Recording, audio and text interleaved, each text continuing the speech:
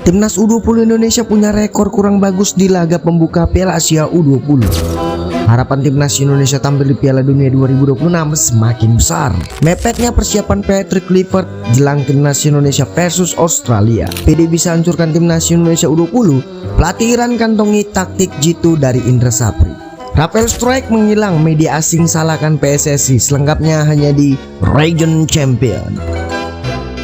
Sebelum kita lanjut ke beritanya, ada baiknya teman-teman memberikan like-nya ke video ini karena itu gratis dan sangat sederhana. Terima kasih.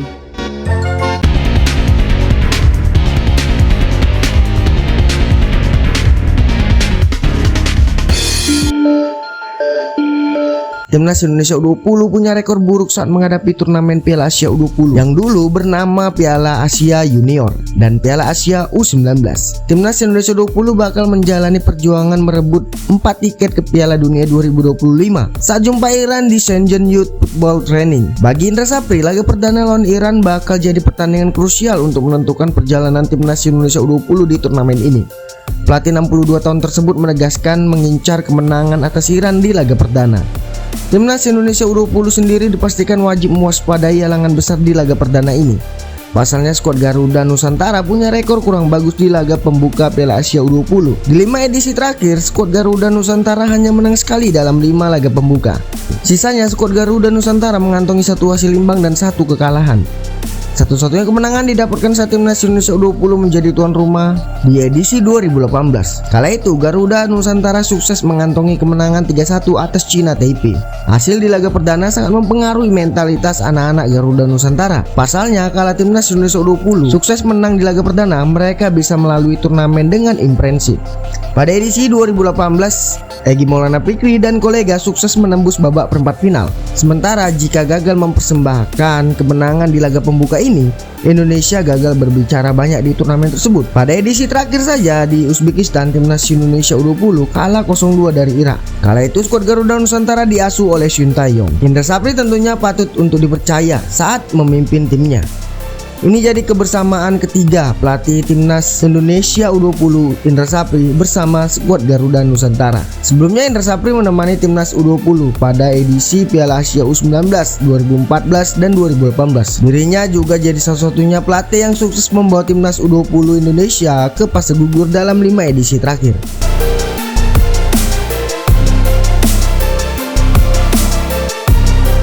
Media asal Vietnam Soha menilai Timnas Indonesia kini memiliki peluang cukup besar untuk lolos ke Piala Dunia 2026. Sebagai informasi, Timnas Indonesia akan kembali tampil di putaran ketiga Grup C kualifikasi Piala Dunia 2026 zona Asia pada Maret nanti. Nantinya Timnas Indonesia akan melakoni 2 laga di bulan tersebut. Pertama yaitu melawan Australia pada 20 Maret 2025. Media Vietnam Soha belum lama ini menyebut bahwa Timnas Indonesia mendapatkan berkah dengan badai cedera yang menerpa skuad Australia. Setidaknya ada 7 pemain Australia yang kini sedang mengalami cedera. Soha menilai hal tersebut sekaligus membuat peluang Timnas Indonesia lolos ke Piala Dunia semakin lebar.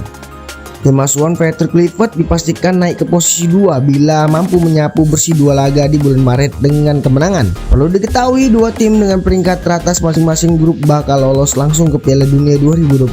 Timnas Indonesia sementara berada di peringkat ketiga grup C dengan raihan 6 poin. Poin tersebut hanya terpaut 1 angka saja dari Australia yang bertengger di urutan kedua. Media itu pun menuliskan beritanya, berdasarkan informasi terkini, Patrick Kluivert baru saja mendapatkan kabar baik apabila tim Australia kemungkinan besar akan mengalami krisis tenaga di laga mendatang. Sebab sebanyak 7 pemain andalannya mengalami cedera serius. Masih belum bisa dipastikan kemampuannya untuk bermain, tulis Soha. Terlepas dari semuanya, Timnas Indonesia tidak boleh meremehkan Australia. Seperti yang kita ketahui, kedua negara memang terpaut jauh di ranking FIFA. Timnas Indonesia sementara masih tercecer di urutan 127 dunia. Di sisi lain, Australia bertengger di posisi 26. Hal ini tentu membuktikan bahwa Australia memiliki kualitas yang lebih baik ketimbang skuad Garuda. Tapi semua itu akan ditentukan di lapangan nanti. Jadi bagaimana menurut kalian? Jika kalian punya pendapat, silahkan tulis pendapat kalian di kolom komentar.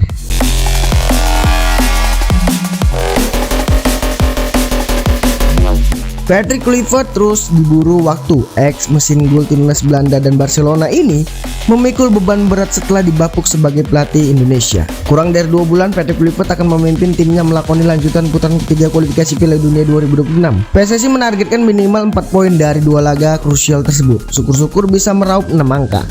Jelang bertolak ke Australia, Patrick bersama 3 asisten sekampungnya belusukan guna melihat langsung sejumlah laga di BRI Liga 1. Mengingat mepetnya waktu, mantan pemain timnas Indonesia Yeyen Tumena ikut angkat bicara. Ia pun berujar, "Kalau kita melihat perbedaan pelatih klub dengan pelatih tim nasional itu jelas," kata Yeyen Tumena. Terkait belusukan yang dilakukan oleh pelatih timnas Indonesia, Yeyen mengatakan hal itu sangat lumrah. Lebih lanjut, Yeyen Tumena mengatakan kalau FIFA telah mengatur terkait keberadaan pemain di tim nasional. Ditanya soal kans melawan Australia, Yeyen Tumena melihat Sukrus bakal menjadi lawan seimbang bagi timnas Indonesia besutan Patrick Kluivert.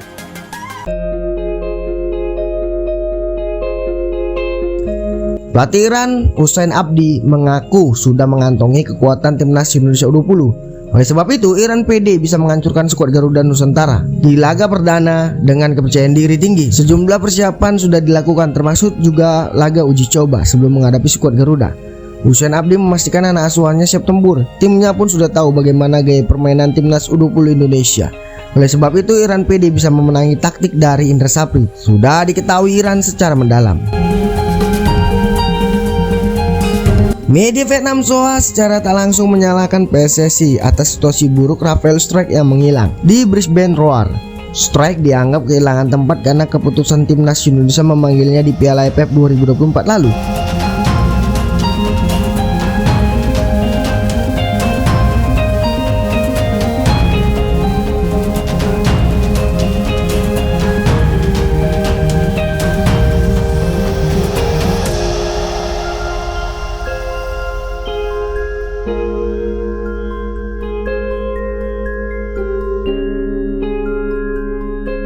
Penyerang timnas Indonesia itu sudah 4 laga beruntun tidak dimainkan di Liga Australia. Terakhir kali Rafael Strijk merumput bersama klub yang dimiliki Bakri Group itu adalah saat menghadapi Newcastle Jets pada 7 Januari 2025. Sejak bergabung dengan klub Australia ini dari ADO Den Haag pada September tahun lalu, Strijk juga tidak pernah tampil penuh untuk tim barunya. Durasi satu pertandingan terlama yang pernah dimainkan adalah 59 menit ketika Brisbane Roar imbang 4-4 menghadapi McArthur pada 30 November 2024. Setelah itu, Strijk sempat tampil setengah babak kalah Brisbane Roar takluk dari Melbourne City dengan skor 1-4 beberapa hari berselang. Nah, memasuki pertengahan Desember, Strijk dipanggil timnas Indonesia untuk tampil di Piala AFF. Skuad Garuda pada akhirnya terhenti di fase grup, di mana sang penyerang tidak mencetak gol sama sekali. Menyitat dari transfer market, Strijk melewati 2 laga Brisbane Roar karena bermain di Piala AFF. Setelahnya, situasi penyerang 21 tahun itu pun berubah. Menit bermain Rafael Strijk semakin dikit. Dia berturut-turut cuma tampil 6 atau 9 dan bahkan 25 menit. Di 3 laga setelahnya sebelumnya selalu menjadi cadangan dalam 4 pertandingan terakhir di Brisbane Roar.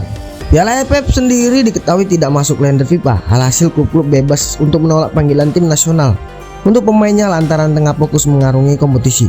Namun Brisbane Roar diketahui merupakan klub milik orang Indonesia, Bakri Group. Secara tidak langsung membuat permintaan untuk memanggil Strijk kemungkinan untuk dilakukan. Fakta bahwa Piala AFF 2024 berlangsung saat kompetisi sepak bola di berbagai negara tetap berlangsung membuat Rafael Strijk mungkin saja kehilangan momen dan waktu untuk beradaptasi serta mengamankan tempat di skuad utama Brisbane Roar.